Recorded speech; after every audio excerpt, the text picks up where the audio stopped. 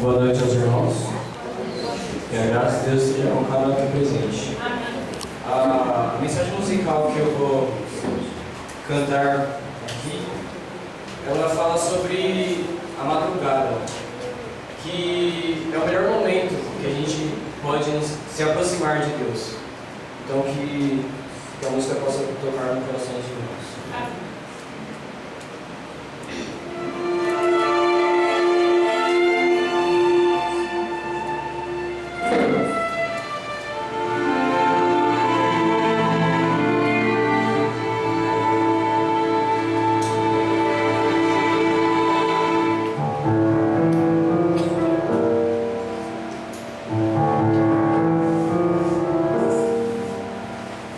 Nem nasceu o sol, o dia ainda nem começou. Somos só nós dois, o Rei do universo e eu. Venho aqui pedir, abrir todo o meu coração e sem reservas procurar tocar a tua voz. Metade deste mundo ainda não acordou, as luzes do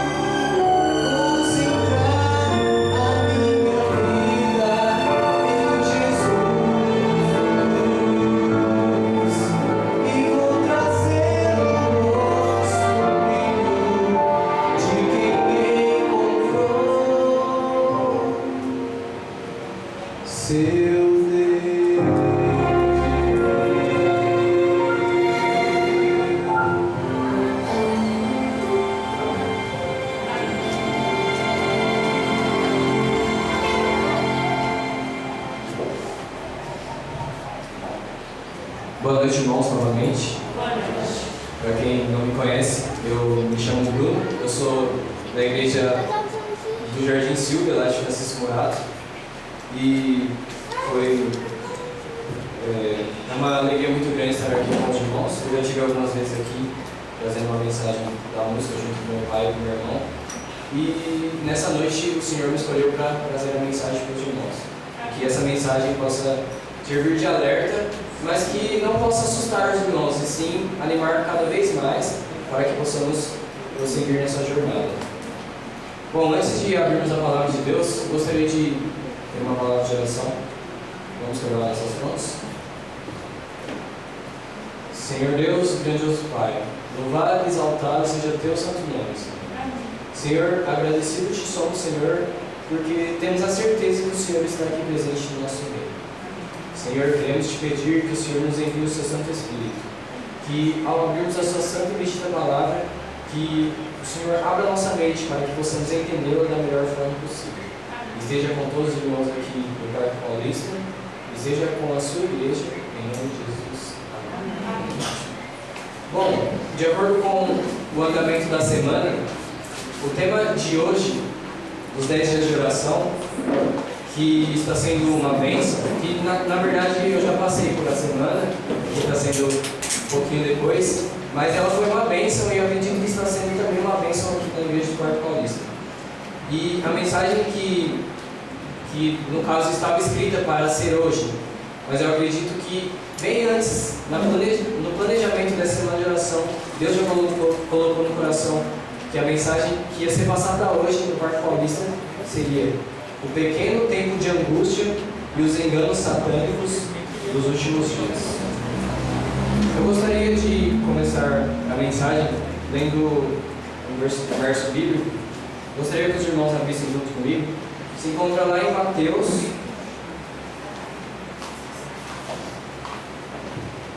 Evangelho de Mateus, capítulo 24.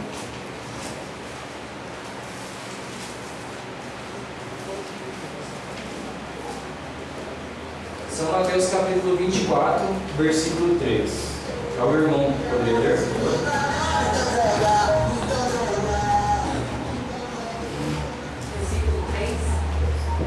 Versículo 3. Isso. E estando eles sentados por conta dos eles, chegaram-se a eles seus discípulos em particular, dizendo: guarda os pães, senão essas coisas.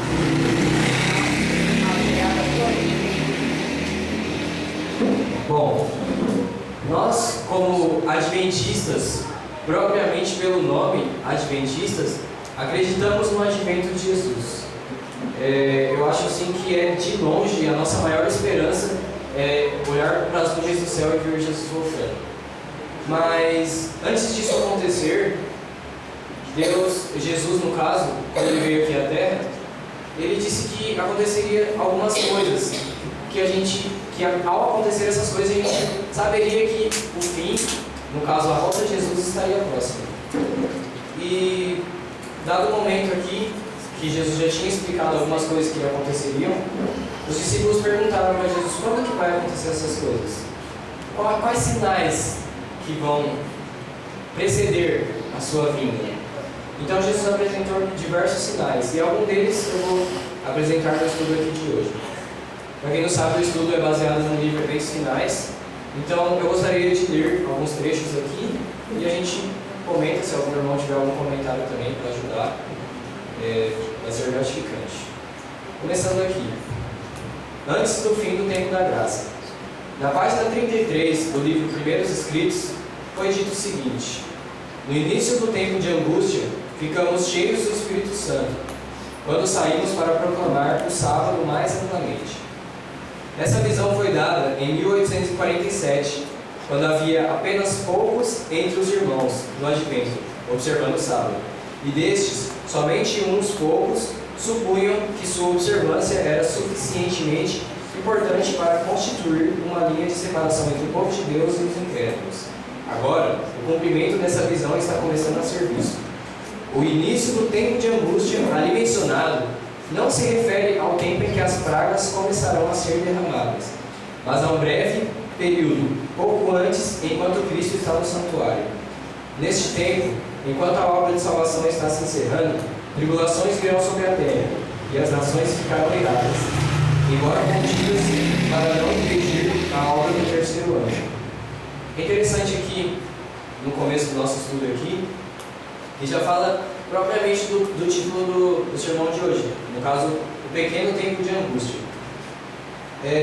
Antes do tempo de angústia, o tempo de angústia grande que Jesus citou para os discípulos, que seria pior do que a angústia de Jacó, antes desse tempo vai ter um pequeno tempo de angústia. E nesse tempo de angústia vai ser antes das pragas começarem a ser derramadas. Mas o que acontecerá nesse tempo de angústia? Algum irmão tem alguma ideia? Por que angústia?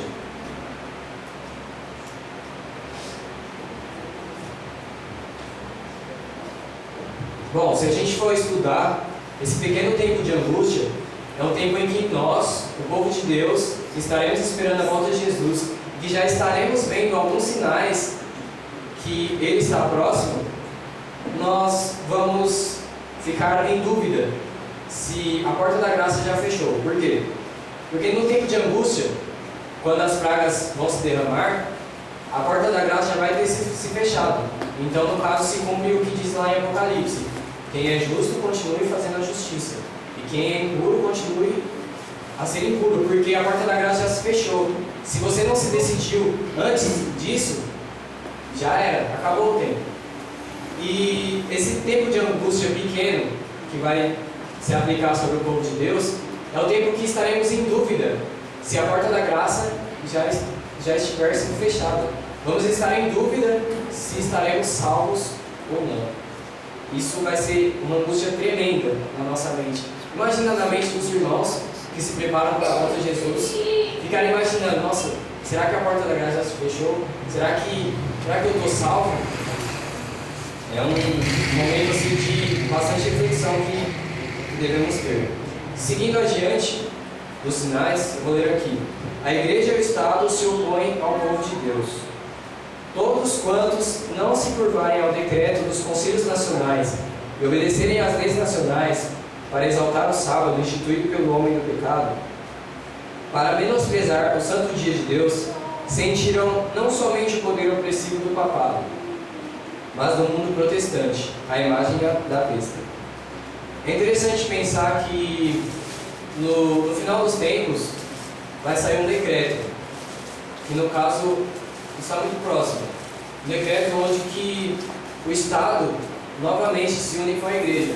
O decreto, no caso, que já aconteceu, não me recordo, foi em 1000, não lembro direito, mas na época de Constantino, quando ele era o imperador, ele quis fazer uma união entre a igreja e o Estado. E nessa união ele quis impor o cristianismo, só que da forma dele. Então ele criou um dia de guarda e ele colocou o dia de guarda como domingo. Ele dizia que o domingo era o sábado, que no caso, quem sabe, sábado significa dia de descanso. Então ele dizia que o sábado do Senhor era o domingo. E nessa época ele obrigou as pessoas a guardarem esse dia, a guardarem o domingo, que no caso ele acreditava ser o dia que deveria ser guardado, o dia do Senhor. E então ele lançou um decreto que quem não guardasse o domingo ia ser preso, talvez até ser morto. E esse decreto novamente ele vai sair nos tempos, que no caso o protestantismo ele vai se unir ao papado. Lá no Bens Finais, se você for ler mais amplamente, Ellen White compara essa união com um cordeiro se unindo com o dragão, para que sucedam as coisas. Ela compara tipo o protestantismo com o cordeiro, no caso o papado com o dragão. E essa união que formaria o decreto dominical e também as perseguições que virão sobre o povo de Deus. Os adventistas serão tratados com desprezo. Os que honram o sábado bíblico serão denunciados como inimigos da lei e da ordem, como que a comprometer as restrições morais da sociedade. causando anarquia e corrupção e atraindo os juízos de Deus sobre a terra. Será declarado que suas objeções são teimosia, obstinação e desdém à autoridade. Serão acusados de deslealdade ao governo. É interessante que nessa parte do fim vai começar a vir as pragas e vai ser uma coisa terrível, vai ser tremendo. Então, como nós, adventistas, pelo menos os verdadeiros, o povo de Deus, que rejeitaram o domingo, a guarda do domingo, e continuar guardando o sábado, insistindo nisso, vamos ser tratados com preconceitos pelos outros nossos irmãos que aceitarão o domingo como dia de guarda. E quando começarem a vir as pragas, eles vão olhar para os adventistas e vão dizer: aquele povo ali, eles não estão guardando o dia do Senhor, porque eles acham que é o domingo. Eles não estão guardando o dia do Senhor. Então, provavelmente essas pragas que estão caindo sobre o mundo é culpa deles, é culpa daquele povo ali que ainda insiste em guardar o sábado da lei de Moisés. Então, aí que começa a perseguição ao povo de Deus. Será exigido das pessoas que reinam obediência e decretos humanos em violação da lei divina. Eu gostaria que os irmãos abrissem as Bíblias em Lucas, Evangelho de Lucas,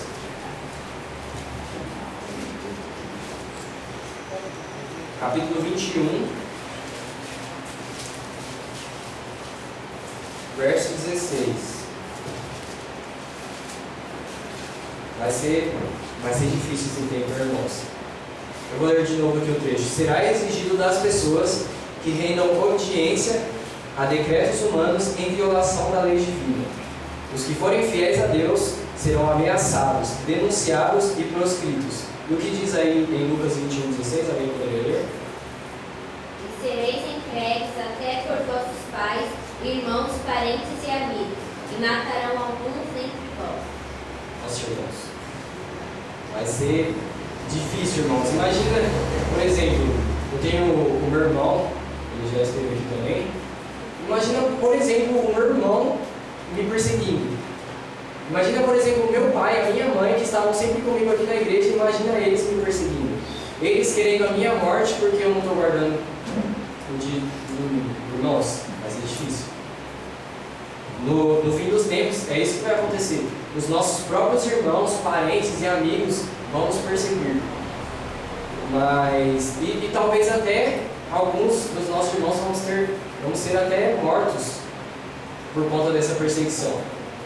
Mas o que eu digo, irmãos, é que não devemos desanimar por coisa disso. Às vezes a gente estudando assim os eventos finais, dá até um espanto assim: nossa, vai acontecer. Irmãos, vai ser difícil, realmente vai ser difícil. Mas o que Jesus disse? No mundo tereis aflições, mas tem de bom ânimo. Por quê? Porque Ele venceu o mundo. Irmãos, Deus, Ele prometeu que Ele estaria com a gente. Então pode vir a perseguição, pode vir o decreto dominical, pode vir os nossos irmãos, parentes, amigos, pode vir o irmão aqui que está na igreja aqui do meu lado me perseguir, irmãos. A gente não pode desanimar, porque Jesus disse que Ele estaria conosco. A única maneira pela qual os seres humanos poderão permanecer firmes no conflito é estar arraigados e firmados em Cristo. Eles precisam receber a verdade como ela é em Jesus. E somente quando é apresentado dessa maneira a verdade, pode suprir as necessidades espirituais. A pregação de Cristo crucificado, Cristo justiça nossa, é o que sacia a fome da alma. Quando firmamos o interesse das pessoas nessa grande verdade central, fé, esperança e coragem, chegam ao coração. Eu acabei de falar aqui que vai ser difícil, irmãos, vai ser complicado o tempo do fim. Eu acabei de ler aqui num trecho que a gente encontrou a solução, a chave. Como que a gente consegue permanecer firme nesses tempos difíceis que sobrevirão? Como, irmãos? Estarmos arraigados em Cristo Jesus. Essa é a única forma de conseguirmos permanecer firme. Aqui no finalzinho diz que quando firmarmos o interesse das pessoas nessa grande verdade central que é Cristo, fé, esperança e coragem vão chegar aos nossos corações. Amém? Por isso, irmãos? Então que a cada dia, irmãos, na nossa vida, no nosso viver diário, no nosso trabalho, na faculdade, na escola, que nós possamos, independente de tudo que venha nos acontecer, estar cada dia mais arraigados, mais firmes na verdade e em Cristo. Porque essa é a chave para que possamos vencer as tribulações que virão. Essa parte aqui é interessante, irmãos. A aflição purifica o povo de Deus. Até um pouco estranho esse título aqui, mas os irmãos vão entender. O amor de Deus à sua igreja é infinito. Incessante é seu cuidado por sua herança. Ele não permite que aflição humana alguma sobrevenha à igreja, senão unicamente a que é essencial para a sua purificação. Seu bem presente eterno purificará a sua igreja, assim como purificou o templo no princípio e no fim do seu ministério na terra.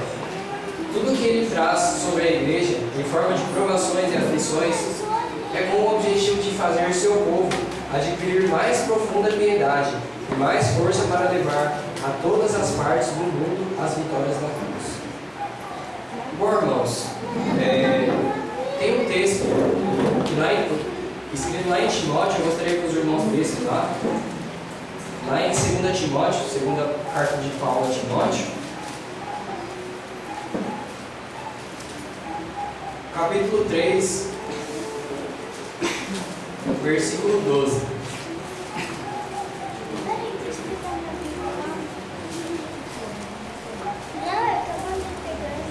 Alguém pode ler? 2 Timóteo, capítulo 3, versículo 12.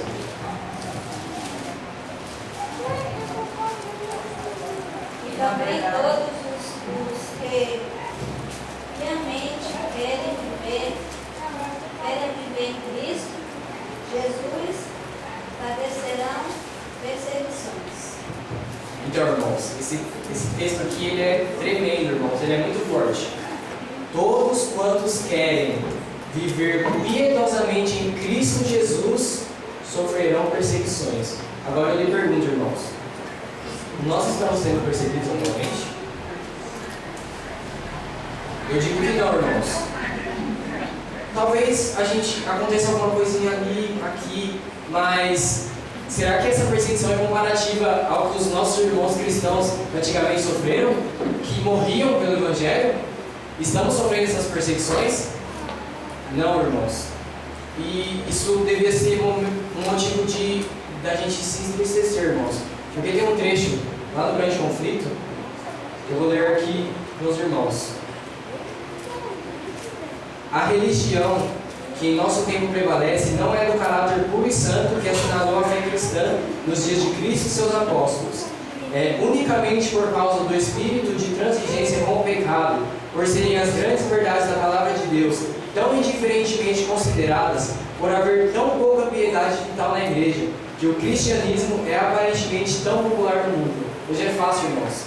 É tão fácil ser cristão, é tão fácil guardar o sábado. Mas será que estamos vivendo o evangelho de verdade?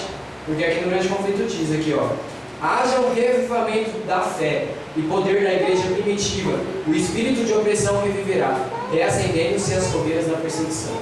Irmãos, se não estamos sofrendo perseguições atualmente na igreja, se está tão fácil assim ser cristão, tem alguma coisa errada, irmãos. Ellen White disse aqui que tem alguma coisa errada, irmãos.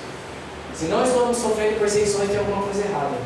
E só quando tivermos um reavivamento verdadeiro em Cristo Jesus, então aqui diz: reacenderão as fogueiras da perseguição. Isso é um motivo para a gente ficar triste, irmãos? Isso é motivo para a gente ficar preocupado? Não, irmãos.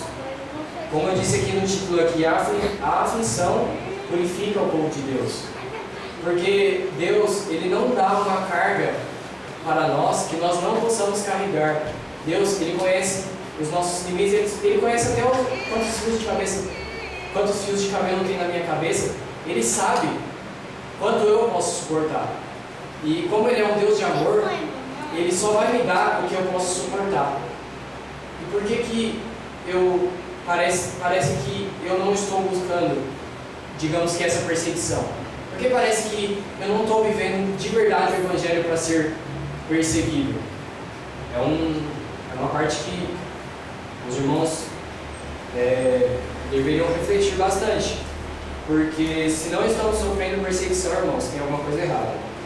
E só que parece que eu falei só a parte ruim da perseguição, mas aí eu venho aqui com a promessa de Jesus aqui, lá no Sermão da Montanha, capítulo 4 de Mateus. Gostaria que os irmãos abrissem.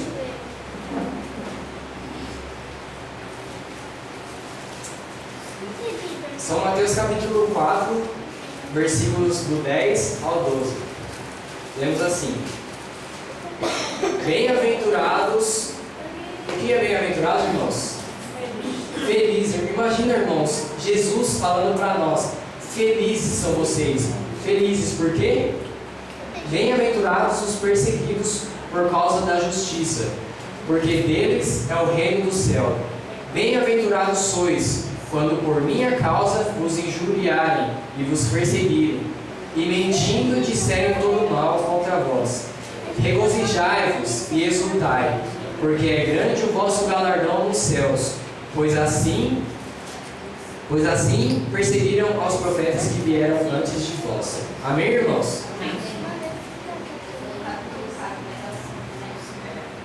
É o capítulo 5, verso 10 ao 12. Desculpa, irmãos. Vou ler de novo. Bem-aventurados os perseguidos por causa da justiça, porque deles é o reino dos céus. Bem-aventurados sois quando por minha causa vos injuriarem e vos perseguirem, e mentindo disserem todo mal contra vós. Regozijai-vos e exultai, porque é grande o vosso galardão nos céus, pois assim perseguiram os profetas que vieram antes de vós. Então, irmãos, qual é o conselho de Jesus quando vierem essas perseguições? É para a gente ficar triste? É para a gente ficar preocupado? É para a gente desanimar na nossa fé?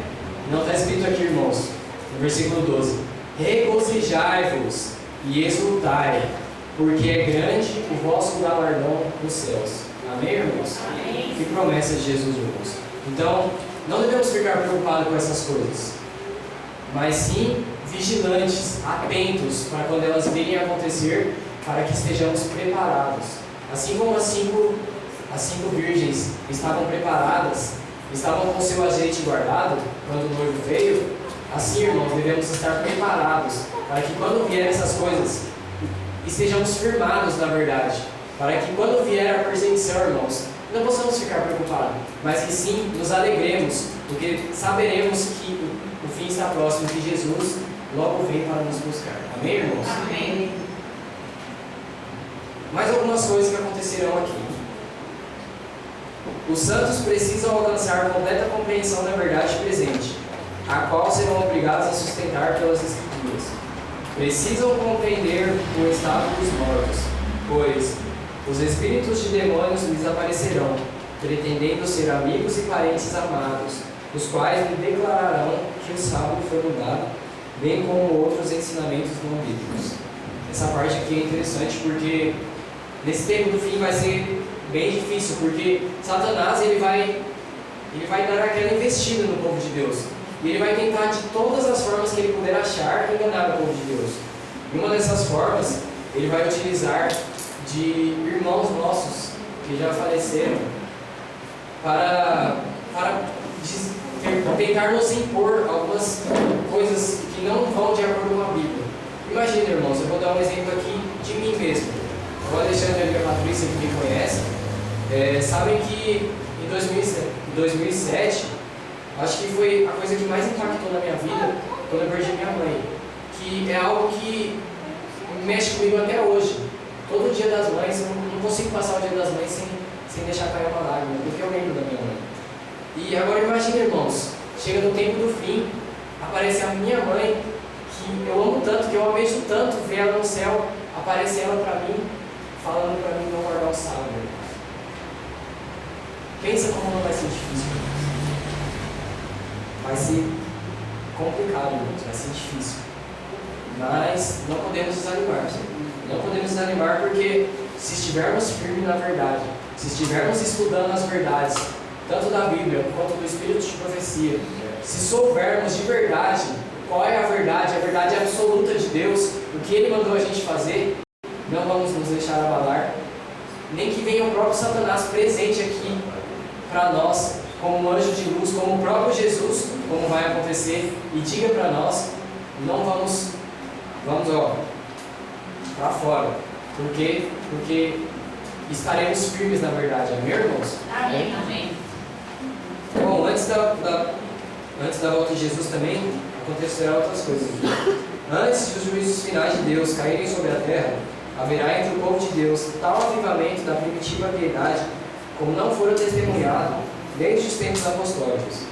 O inimigo deseja impedir essa obra, e antes que chegue o tempo para este movimento, ele se esforçará para evitá-lo, introduzindo uma contrafação. Nas igrejas que conseguir manter sob seu poder sedutor, fará parecer que a bênção espiritual de Deus foi derramada, e surgirá algo parecido com um grande interesse religioso. Nós aqui é um perigo grave para a igreja, porque às vezes achamos que, nossa, estamos batizando muito, a igreja está crescendo e o evangelho está sendo levado, mas nós não podemos deixar confundir que esse, digamos que aqui está descrito como falso reavivamento, não podemos deixar que isso afete o verdadeiro reavivamento. Porque, irmãos, a igreja está crescendo. Nós, como eu expliquei anteriormente, não estamos sendo perseguidos. Então esse ainda não é o reavivamento que precisamos. Quando verdadeiramente tivermos o reavivamento, vai ter perseguições. E não podemos nos deixar confundir esse reavivamento. Não podemos achar, nossa, a igreja está crescendo, e achar que isso é o reavivamento. O reavivamento, irmãos, é vir de dentro, de cada um. Quando verdadeiramente chamar o pecado pelo nome e dissermos, eu não quero mais pecar, eu quero que Cristo viva em mim, eu quero que Ele me ajude a vencer isso. Quando conseguirmos a cada passo subir a escada que Pedro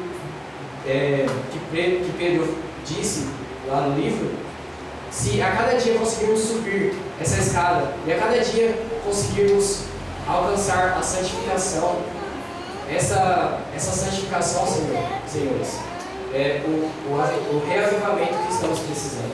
Esse é o verdadeiro reavivamento. Bom, eu acho que um dos últimos enganos que Satanás irá aplicar sobre o povo de Deus é quando ele imitará a Cristo em todos os aspectos. Esse vai ser bem difícil, irmãos. Como ato culminante no grande drama do engano, no caso, no fim mesmo, quando as coisas estiverem acontecendo de verdade, o próprio Satanás personificará a Cristo. A igreja tem há muito tempo dito que considera o advento do Salvador como a realização de suas esperanças. Assim, o grande enganador fará parecer que Cristo veio em várias partes da terra.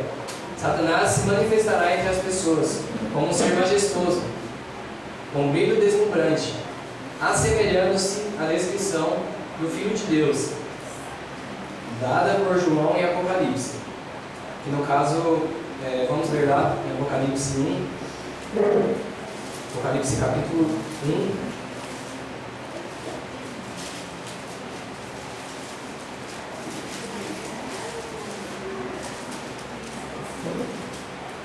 Apocalipse capítulo 1, versos do 13 ao 15.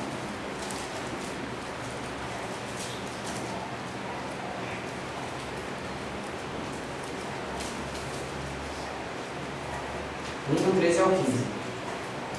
E no meio dos candeeiros, um semelhante a filho de homem, com vestes talares e cingido, à altura do peito, com uma cinta de ouro. A sua cabeça e cabelos eram brancos, como alva lã, como neve. Os olhos, como chama de fogo. Os pés, semelhante ao bronze polido, como que refinado numa fornalha. A voz, como voz de muitas águas.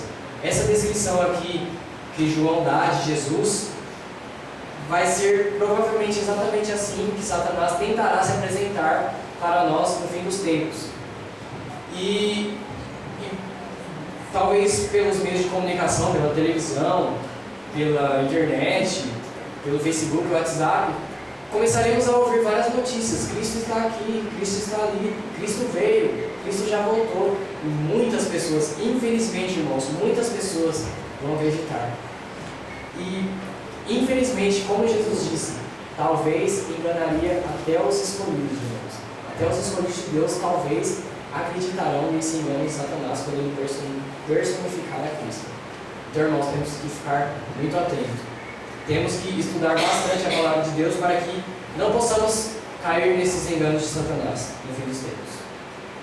Terminando aqui, irmãos, Satanás está procurando obter toda a vantagem.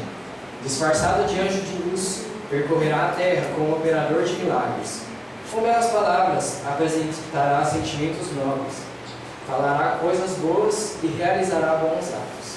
Personificará a Cristo. Mas num ponto haverá notável diferença. Essa é a chave, irmãos, para que possamos saber se aquele é Cristo ou se é, no caso, mais um engano de Satanás. Aqui dá a chave, irmãos. Satanás afastará as pessoas da lei de Deus. Contudo, imitará tão bem a justiça que, se fosse possível, enganaria os próprios eleitos. Reis, presidentes, governantes, em altos postos, se curvarão ante suas falsas teorias. Eu acho que esse talvez seja o maior engano de Satanás, quando ele personificar a Cristo e começar, sabe, aquelas palavras bonitas que sempre ouvimos de Cristo, no caso que lemos na Bíblia, palavras doces, os milagres que ele vai fazer, irmãos. Satanás tem poder também. Satanás, ele tem poder e ele faz milagres também, infelizmente. E ele, com palavras doces, palavras simples, talvez como uma pessoa simples, assim como Jesus era, e vai começar aos poucos a conquistar cada vez mais os nossos irmãos, tanto os de fora quanto os de dentro. Só que vai ter uma coisa, irmãos, ele vai começar aos poucos, em pequeninas coisas ele vai começar a mostrar quem verdadeiramente ele é. Mas, irmãos, só quem vai reconhecer quem ele verdadeiramente é quem estuda, irmãos. Se a gente não estudar, se a gente não estiver firmado em Cristo, a gente não vai conseguir reconhecer, irmãos. A gente infelizmente vai cair no engano, porque aqui está escrito, se possível, enganaria até os eleitos. Então, irmãos, o apelo que eu faço para os irmãos nessa noite é que estudemos, irmãos. No final dos tempos, irmãos, temos que estudar.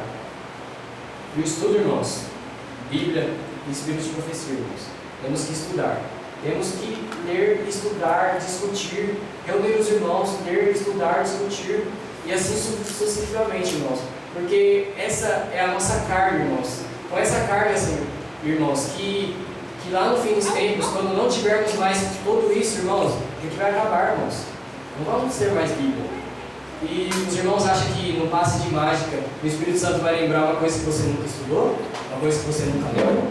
Então, irmãos, desde já hoje, irmãos, hoje temos que começar a nos preparar de verdade, irmãos, de verdade mesmo, para a volta de Jesus.